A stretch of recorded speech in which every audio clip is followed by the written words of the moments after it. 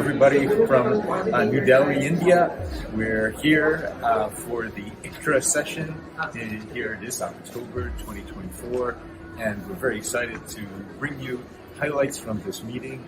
We hope that everything goes well for you when you attend our session, and that everything you learn today you'll be able to put into practical use. Well, yes, we are very excited. These 5 days of intense discussions about the most important regulatory issues. And we are here to participate in our discussions, and we want to share all of what we learned with you. Thank you.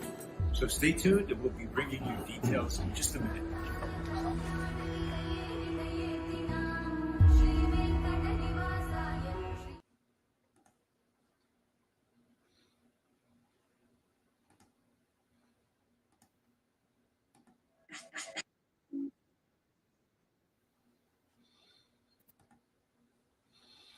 Hey, everybody, can you hear me? Yes, perfectly. Great. Wow, well, welcome all. Welcome to the October 2024 episode of the ongoing bi-monthly FRPanorama webinar series. Hope you enjoyed our little introduction there to tell you a little bit about the experiences we had in India recently. So I'm Larry Liberti, and together with my colleague Mario Alanis, as always, we'll be your hosts for today's webinar. And today we'll be looking at everything you'd like to know from the 19th Delhi ICDRA conference. You know, for almost 2 years now, registrants to today's seminars represent a global mix of pharmaceutical companies and regulatory agencies, universities, NGOs, patient and trade associations, a real global mix of participants in these webinars.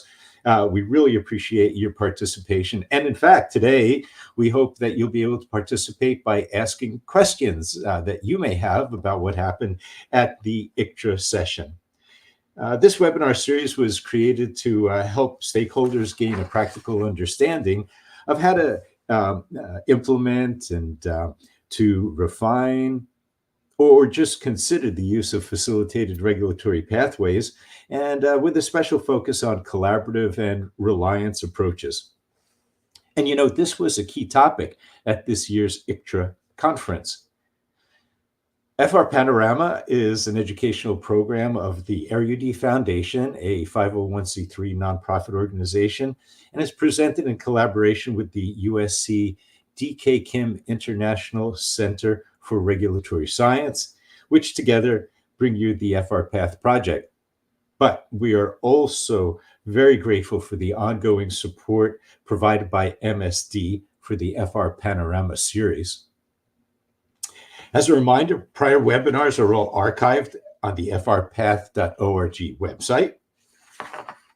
But before we explore our topic for today, I'd like to introduce you to my friend and co-host, Mario Alanis. Mario, over to you. Hello, Larry. Hello, everybody. It's great to be here, and it's great to be here with such great participants as we always have, and particularly in this session that I think is going to be very interesting, that we had the opportunity to be there. And actually, when you were saying that almost 2 years, well, it was interesting being in ICDRA, that there is some pretty loyal guys that said, "Oh, I've seen you in FRPanorama. It's glad to meet you in person." It was very, very interesting, and I'm very glad to be here in this ICDRA, which is, as most of you know, the first in presence since 2018. There was a virtual one in 2021, and but there hadn't been. So all the folks in the regulatory responsibilities were looking forward to this important meeting. Thank you, Larry. And so let's get started. Okay, great. So the 19th International Conference of Drug Regulatory Authorities, that's ICDRA, was just held, as you may know, from October 14th to the 19th in Delhi. And it was attended by hundreds of representatives from regulatory agencies, NGOs, from patient groups, and industry alike. The meeting was organized into two main sessions. So the first 2 days comprised the pre-ICDRA sessions, open to all stakeholders. Mario and I were fortunate to be able to join in these sessions. The remaining days were open to regulators and comprised the ICDRA sessions. So dozens of sessions were offered during this week-long event, and the topics were extraordinarily varied. They range from ensuring the sustainability of production of quality assured products, building effective pharmacovigilance systems, the impact of regional and continental networks on regulatory convergence. Obviously, everybody was talking about the implications of artificial intelligence, machine learning, even how to use barcodes to assure quality of products in the market. So consequently, this is perhaps the single most influential gathering of regulatory stakeholders in the world. It's where new ideas are introduced, current policies are revisited, and where all stakeholders can bring their voice to the conversation. So today, we're diverging from our usual format to hold a roundtable chat with colleagues who spent time with us at the pre-ICDRA and ICDRA meetings to find out what they learned at this busy but very important conference. So please join Mario and I as we welcome our guests today. Our guests will include Jude Nelkiki, the Vice President and Director at the United States Pharmacopoeia PQM Plus program, Angelica Juice, the Executive Director, Global Regulatory Policy at Merck. And he is having some technical problems, but potentially Dr. David Mukanga, the Deputy Director, Africa Regulatory Systems at the Bill and Melinda Gates Foundation, may be able to join us. So now, let's dive into what we saw and heard and learned at this conference. So with our colleagues, we'll just do a little bit of a roundtable here. And meanwhile, if you are thinking of questions, please put them in the comment box. We'll monitor those and try to address your questions as we can. Now, why don't we start with Jude? Jude, tell us a little bit about your experiences at ICDRA. Wonderful. Larry, thank you so much. Can you hear me well? Very well. Thank you. Thank you, Larry. Thank you, Mario. Very glad to be here. I think, your opening remarks already touched on on what ICDRA is and the value that it has for regulators. I think most of our audience may be aware that since 1980, that's when WHO started convening this for the International Conference for Drug Regulatory Authorities.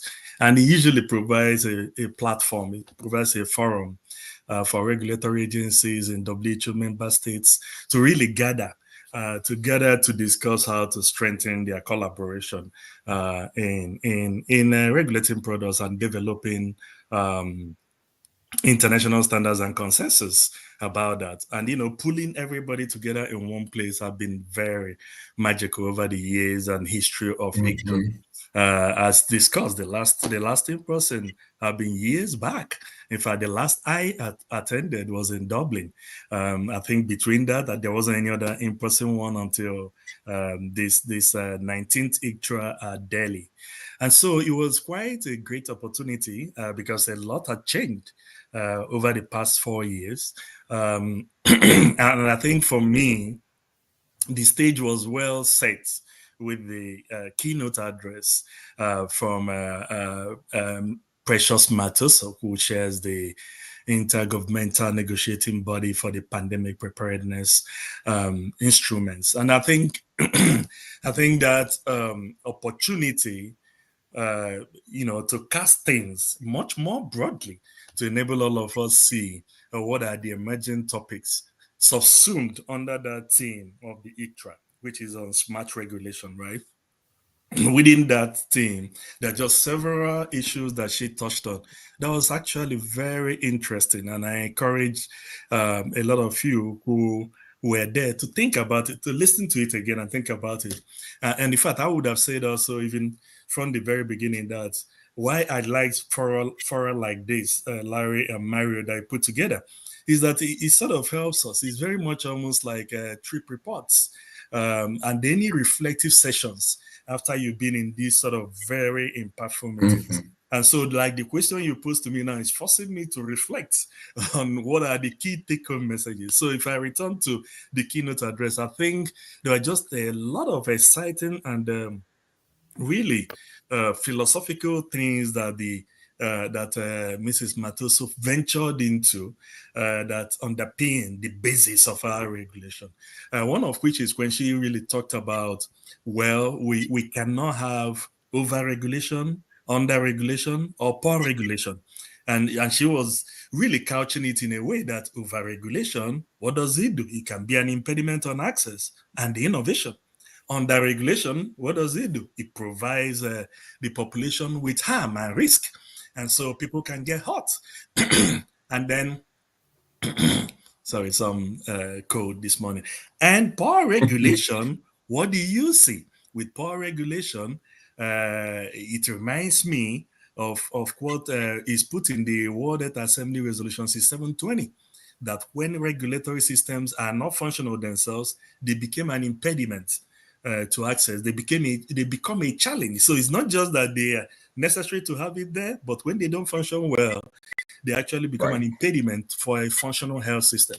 And there are several other areas of discussion, that she brought to attention, issues about reliance, not as a wish to have, but that in this current global environment, where you're having the globalization of manufacturing and you're having advanced therapeutic medicine, you're having innovation that is, or drug development that is going global, no single regulatory authority will have the resources and the capability to regulate the entire world. So they need to rely on each other. And that reliance should not be, we shouldn't have the fear that removes sovereignty, because it can be constructed in a way that reliance is really beneficial and still allows the countries and the regulators to have the independence to make their own decisions. And so there were just several nuggets out of that plenary. And, there was just a lot of other sessions, one of which I'll speak to later, but, the coalition of interested partners, which the coalition of interested parties, which is the CIP network that I chair at the World Health Assembly, at the World Health Organization group. And the CIP is a vehicle that WHO had established to help to get partners to work towards a much more unified and strategic and coordinated way to strengthening regulatory systems. There are sessions about WHO PQ process, and what that means and how that is improving and what are the challenges that continue to exist. There are several other sessions, and I think there are a couple of them that I've already noted, and I think it'll be very interesting to dig a little bit deeper about them. But very exciting. 19th ICDRA, I was very fortunate to be there. You're muted, Larry. I don't hear. Yeah. We'll dive into a number of those topics very shortly, Jude, but thanks for giving us your impression. I think you're right. Precious set the tone for the meeting and gave us some very good things to think about. So, Angelica, how about you? What do you think about this amazing conference? Yeah, thanks very much. And hello, everyone. I think it was really an amazing conference, specifically the Pre-ICDRA that I attended. And it's really, I would like to congratulate WHO, the CDSCO, and the Indian government that they have really set up such an engaging conference, inviting hundreds of regulators and stakeholders. As an industry representative, I really value that the conference was an opportunity for an open and honest dialogue about all these current challenges that we are facing and how we tackle these global issues collaborative as a regulatory expert community, actually.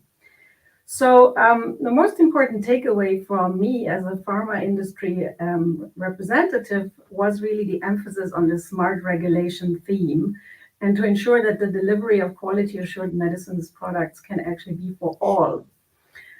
So SMART means that really the regulatory work must be performed more efficient and more risk adapted and really focused on value added activities while we're avoiding all this duplication that is currently occurring. And reliance was really the word of the day. I think it was mentioned in almost every session that we were talking about. So reliance is everywhere. Reliance is basically standard now. And that's music to the ears of us as innovative multinational biopharmaceutical companies, because our medicine development efforts are actually global. And we aim to reach as many patients as possible in a very efficient way so that they can benefit from our inventions. And that's one of the key policy areas, of course, that we are working on, as you know. So in the pre-ICDRA, we had a lot of discussions around strengthening of regulatory systems. I heard global collaboration and also about innovation and digital technologies. And so on the first point about the strengthening regulatory systems, it was very interesting to hear the news and the progresses from the WHO global benchmarking exercise to assess the current regulatory capacities in countries around the world and the mechanisms to move from maturity levels to WHO listed authority status, which will basically expand the pool of reference agencies that we're having around the world. So we follow the global benchmarking exercise really with great interest, and we know that all the agencies are investing a lot of time, a lot of resources into completing the benchmarking exercise. And for us, it's important stakeholders that the system is really operated transparently and we can follow this process and the outcomes. And so when we learned that the Zimbabwean authority recently even published their global benchmarking report, I think that's really a very good development and a very laudable effort from the Zimbabwean authority. So great, well done. We also noticed the increased interest from the regulators in harmonized technical guidelines and a lot of efforts actually in participating in specifically ICH guidance development. And that's also, of course, one of industry's priorities, and industry experts are actively involved to ensure that these technical guidance development is keeping pace with all the scientific developments and advances that are occurring in our development efforts. So we are working to support the implementation of ICH guidance in member countries to achieve these uniform standards, because these will be the foundations for operating more reliance procedures. And with these huge regulatory and technical subject matter expertise that exists in our industry departments, we can actually help and contribute in training efforts and also sharing practical experience from interacting with global regulators from many agencies around the world. I was also very interested to hear that more regional and global regulatory collaboration is happening, and that increasing number of these collaborative reviews and pilot procedures are initiated with and without WHO involvement. We heard about the pre-qualification and the SR-CRP, the collaborative pathways, but there are also many other reliance pathways that are actually happening. And this is remarkable. And I think also industry is responding positively to these efforts and engaging with new procedures. It's important that we also reflect and take a step back and also review the experience and also improve maybe on the operations of some of the pathways. There are good examples. There are maybe some mechanisms that work less well for us from our perspective. So it would be nice to review the experience and really reflect together what would be the best, or what are the best elements that we can move forward or implement more within these procedures. Because there are still some open questions, I think, that need to be tackled in all these efforts to really achieve an attractive win-win-win for all the stakeholders. And I mean reference agencies, relying agencies, as well as industry applicants. And that would be really, first of all, maybe we could work more on a uniform taxonomy to have more aligned and simplified procedural models, because that may facilitate our communication. and better understanding maybe about the procedural benefits and how we compare these different procedural models against each other. That's sometimes a bit difficult to figure out for us. And then secondly, perhaps more efficient, sustainable project management functions for these collaborations, because that will help making sure that these procedures are run in an efficient and fast and predictable manner. And third, appropriate and secure sharing of confidential information across countries in compliance with all the national legislations will be another important aspect to figure out and discuss. Of course, this collaborative efforts and all these activities are usually benefiting from more digitalization that we are seeing in many agencies around the world. Implementation of ECTDs, portals, submission portals is underway in many countries, and we heard about that too.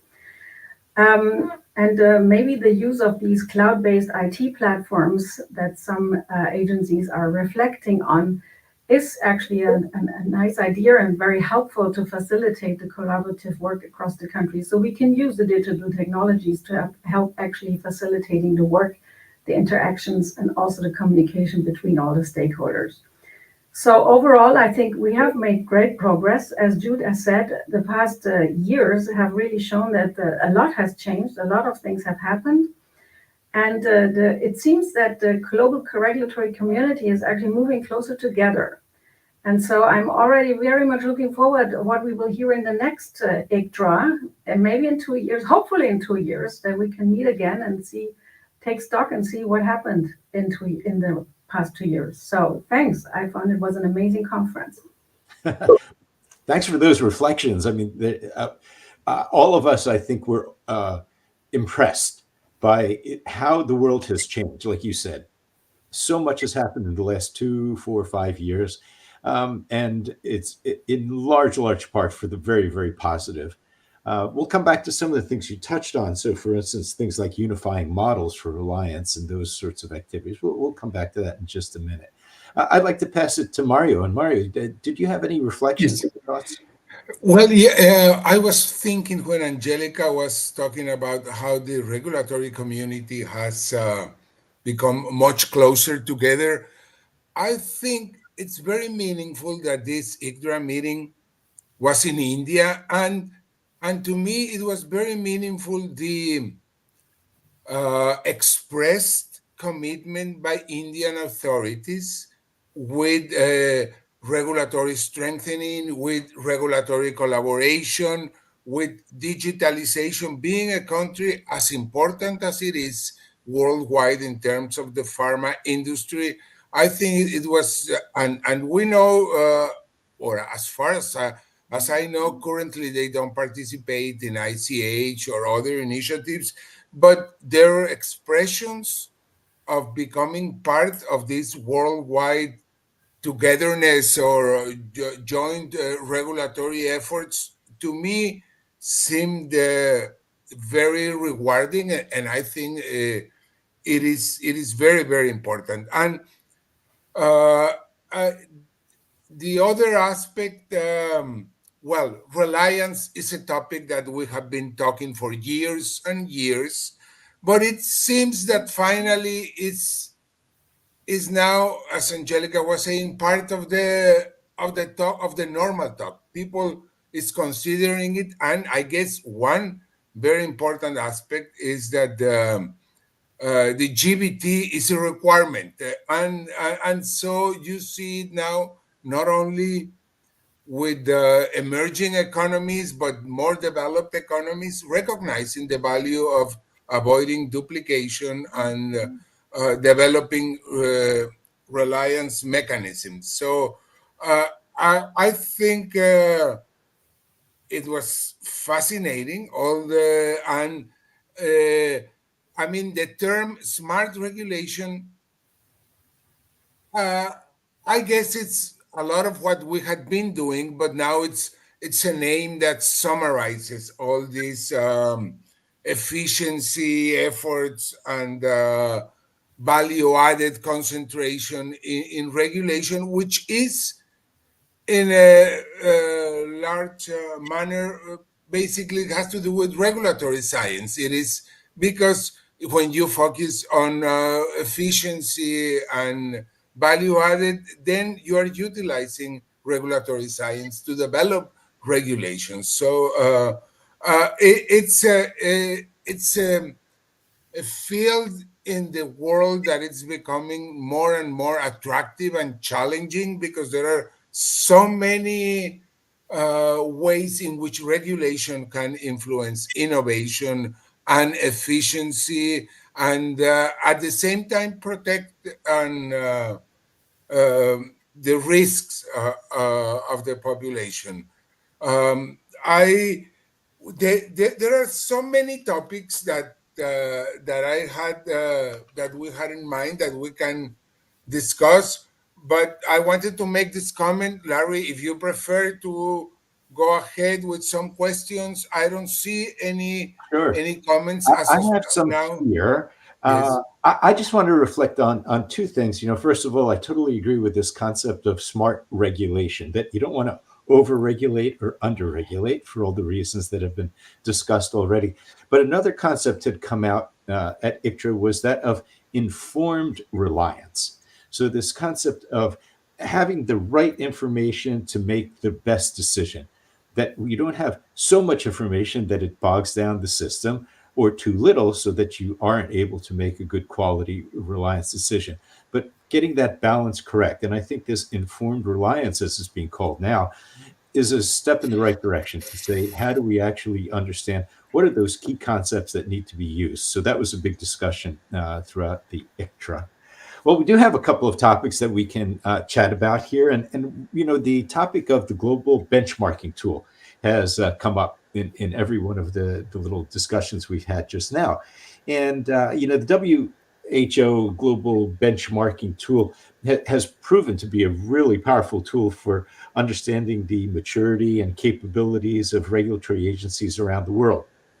And I'd just like to pose to all of us, how do we think that these assessments might evolve in the future and to support regulatory system strengthening? What do you think will be the next evolutions of the GBT, or just the next use of the GBT?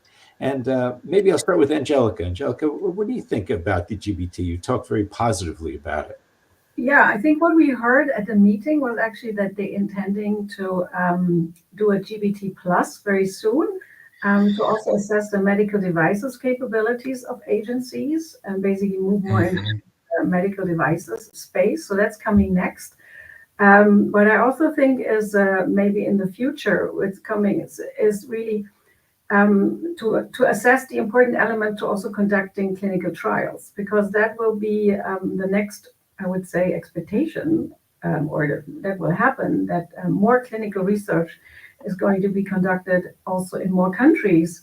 And so assessing capabilities of regulatory agencies in that space, but maybe also the ethics committees' capabilities and investigator sites, may be something to look at. And WHO has adopted now a new guidance on clinical trials, and they want to implement a global action plan. So maybe that would be part of the plans for the future.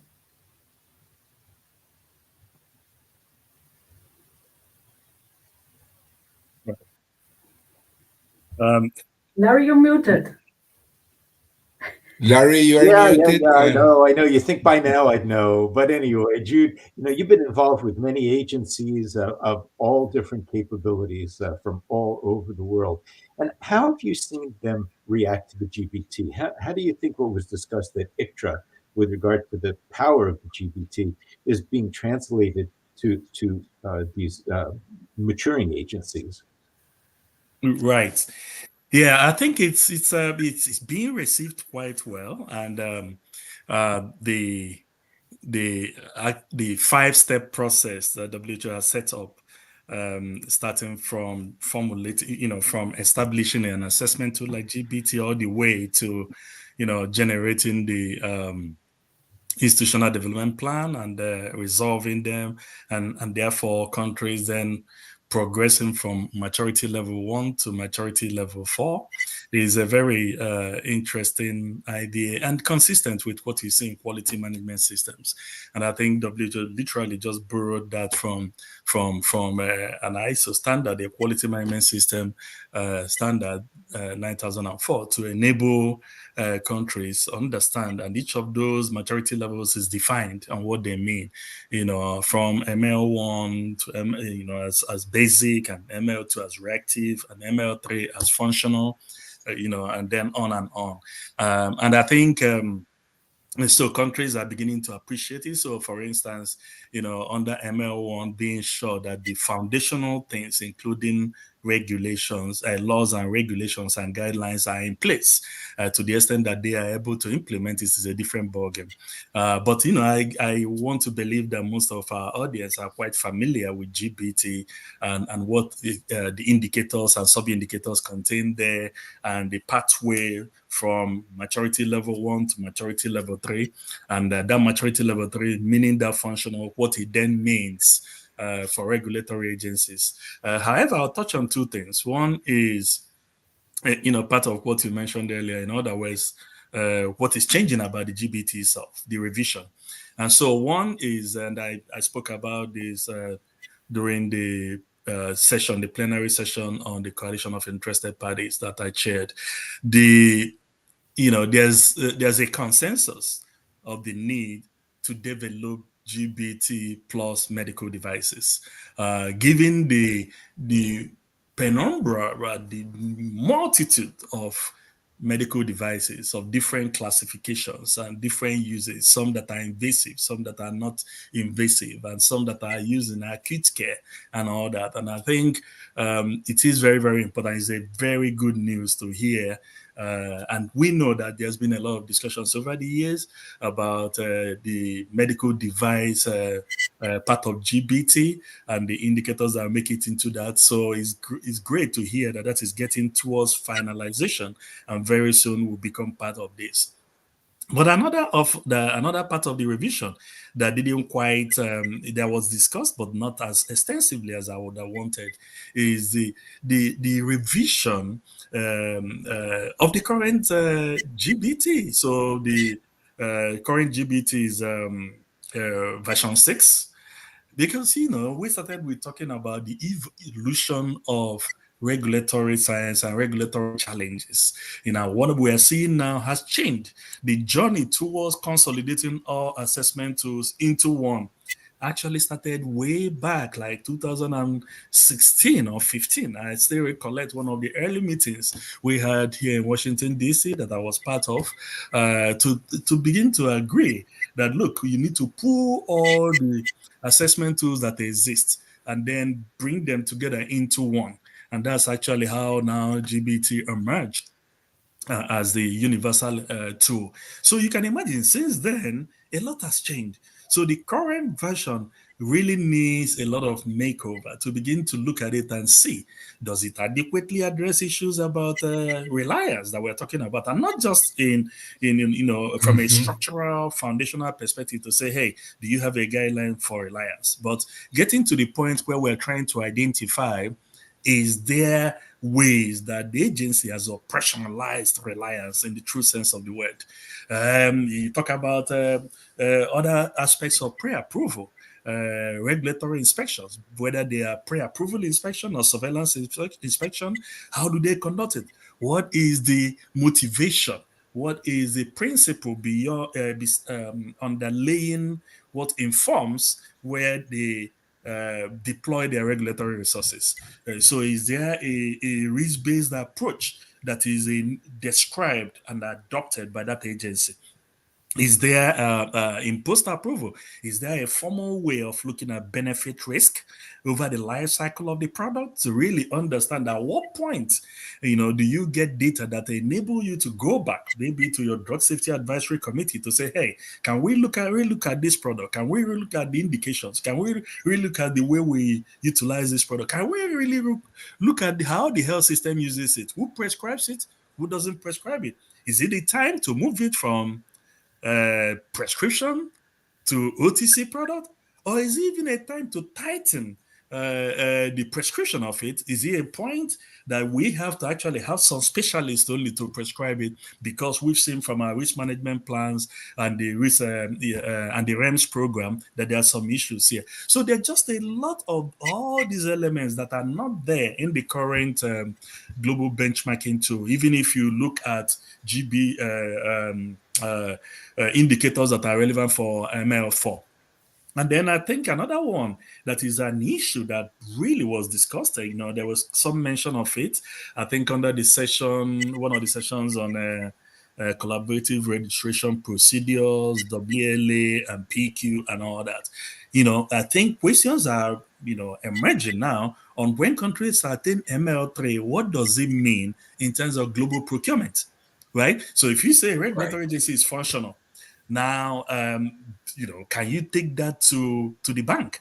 Are you able to say, well, if they are functional, if they sit together at ML3 regulator, maybe with other members of their regional economic community, if they sit together and do an assessment, particularly for products that are not part of the WHO EOI, PQ EOI, now, if there is a global procurement agency, an international procurement agency, can they utilize the results of that regional review where you had an ML3 country? Can they utilize that result to take a procurement decision? So we have to get to the point where even during the revision, to accommodate some of those things that are consequences. If you have an ML3 country, how are things shaping up in terms of the burden of substandard and falsified medicines in that country? What continues to be the efficiency of and timeliness of their getting products reviewed, and whether they are utilizing reliance or they're doing a standard review. So those outcome measures need to be accommodated. We cannot just leave all that for when you are now applying for WLA. So there are just several things that need to be reviewed there. So it brings up a couple of points. We have some comments from our audience. And Angelica, one of the comments is, with regard to revising the GBT, how can industry contribute to this process? Is there a way that we can go beyond just commenting on drafts? Is there a way that industry can be involved in the ongoing evaluation? Well, I'm not sure I'm the right one to answer to that question, since I'm not running the revision of the GBT. Last time we were consulted, of course, as industry via our International Trade Association, and we could contribute and bring in our experience. I'm not aware what the process would be this time. I don't know, maybe Jude, you are more closer to the revisions? From what I understand, I think WHO intends to start the process maybe sometime next year, and given from the experience of the current GBT, it was quite extensively consultative. So I would imagine that there'll just be extensive consultation of the industry, of regulators, of stakeholders far and wide before it's finalized. So, but I think the process will start next year, based on my understanding. It will be a long process, right? I think initially we also had 2 years of discussions probably before. Yes.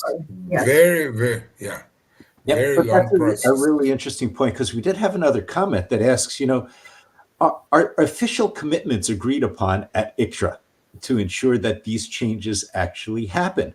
Or if not, is there a formal process outside of ICDRA for approving these activities? So I guess the real question that is being posed here is, ICDRA is a wonderful platform for conversing, but is it an official platform for making official decisions? Well, there were several workshops which basically were discussed, and each of these workshops actually had in the end some recommendations put forward. And my understanding is that these are actually recommendations that WHO is taking very seriously, and they will be working on those recommendations. I think it was not only recommendations for WHO, it was also recommendations for industry stakeholders, for governments, for basically regulators. So I think we should all look at those recommendations and really reflect how we can implement those in the years to come. As you say, it's not binding, but I think a kind of moral commitment. some ideas, and I think we should really very carefully read those recommendations and work on those together. Completely agree. Yes, and in fact, I think that's something they do very well, because usually they document recommendations coming out of every session. So every session lead is asked at the end of that discussion, at the end of that session, what are the recommendations? And then they pull all of that together, and then they disaggregate them by recommendations to WHO, recommendations to member states, regulatory authorities, and just as appropriate. And I think even when they get to the next ICDRA, there's an effort to actually now discuss on how far those recommendations are being implemented. So they're just that structure has been in existence for many years. They also, even recently, it was interesting to see that they also tried to get the country that hosted the last one to actually talk a little bit about, not necessarily a formal presentation, but, to refresh memories and talk about the experience of hosting and wishing the subsequent host some luck. So I was fortunate to hear about the presentation from the colleagues from Ireland. The last one was hosted in Dublin. So I think in terms of really pulling out things from that, and then ensuring that those recommendations are not lost, I think they do a good job about that. Yeah, thanks. Excuse me. There, we have a comment from the audience too, which ties into something we were thinking about. Right. It has to do with regard to aligning the reliance mechanisms. And the comment was, are we at a point where we can harmonize approaches for reliance using common templates with information about things like sameness of product, or should we be moving towards that kind of thing? And just as a little bit of background, at the Kim Center, we have a student who is now looking at a variety of reliance pathways and working with experts in the field to identify how these pathways evolve. So in other words, if you were to follow a particular pathway, at certain decision junctures, there could be problems. And if there's a problem at a particular decision junction, maybe you don't have enough information, does that stop the whole process, or are there ways around it?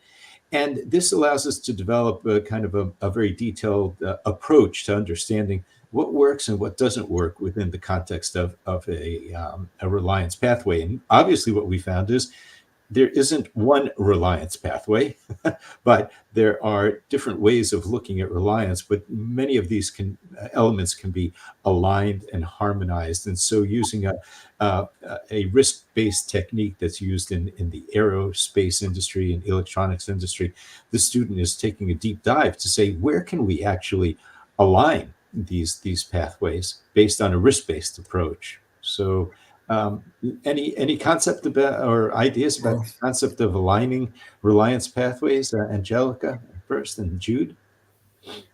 I think that would be very good if we could align, because my impression is that these reliance pathways, they have some common elements. Everybody has tailored them a little bit different, which makes it very difficult to really assess and compare them. But if you really look at them in these details, I think these elements could be simplified and harmonized and aligned so that you could also hear the different pathways better.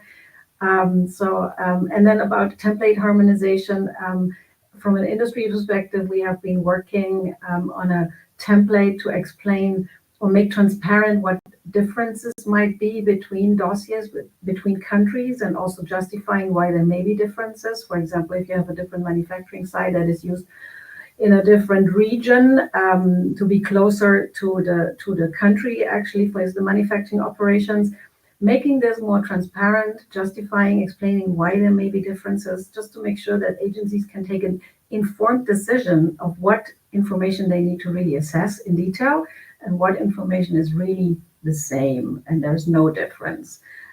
So working on this template, we made a proposal, but of course, I think as industry, we just want to have one template that we can use across as many procedures as possible, just to make our life very easy. That would be a dream, really. Yes. And thinking of this ways to innovate in reliance, and one aspect is these templates. I've heard comments that maybe in the future there could be some harmonization in public assessment reports, that some of the agencies could uh, work on trying to have a more common way to offer the information. I'm just thinking from the regulatory point of view. I hear regulators indicating this, and but certainly reliance is something that is here. It's here to stay, and now we have to think of ways to innovate and have it uh, advance in ways that it's so that it's more streamlined and more efficient working, I think. Yes. We just have a few minutes left, but one of the topics that has come up is the role of pharmacopoeias. And Jude, being at USP, I think you're kind of our go-to guy at this conference to talk a little bit about them, perhaps for the benefit of those who are less familiar in the audience about what a pharmacopoeia is and how it's used at a local level. Can you just give a 2-minute background, and then where you see the role of pharmacopoeias helping companies develop and agencies authorize quality medicines? Right. Thank you, Larry. Yeah. So I think 2 minutes very challenging, but just to say, just to say that one of the ways to really understand that is is to understand the history of USP itself. We're a 204-year-old organization, preceding the US FDA, setting the standards for quality,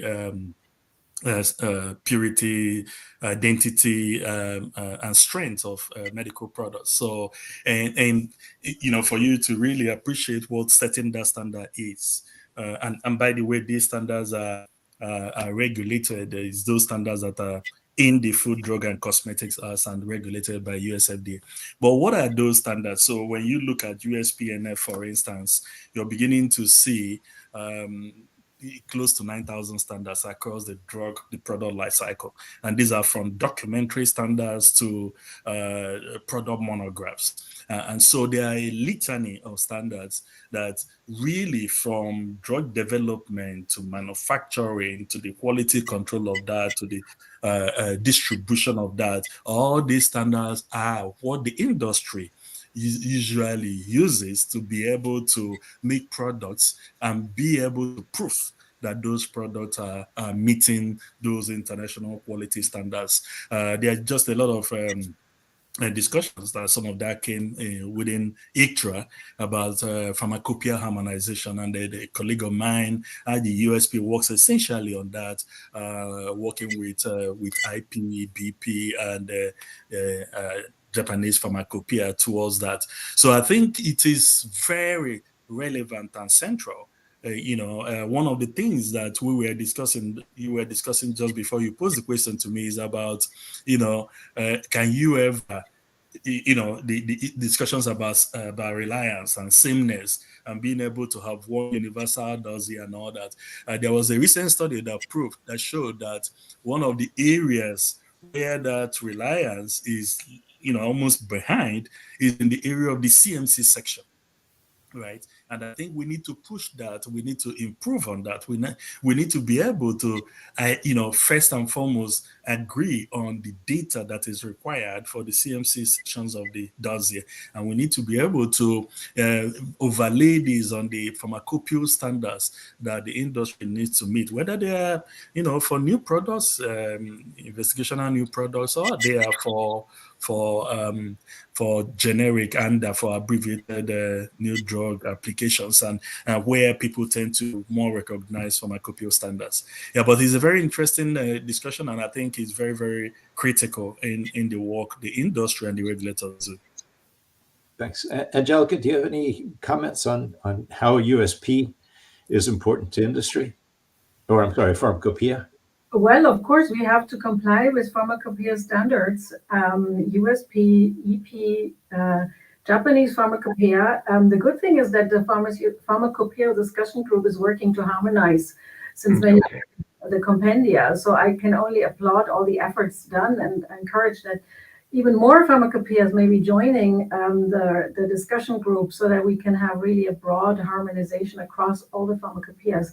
Because we see a lot of pharmacopoeias, for example, also used in China has their pharmacopoeia, India has their pharmacopoeia.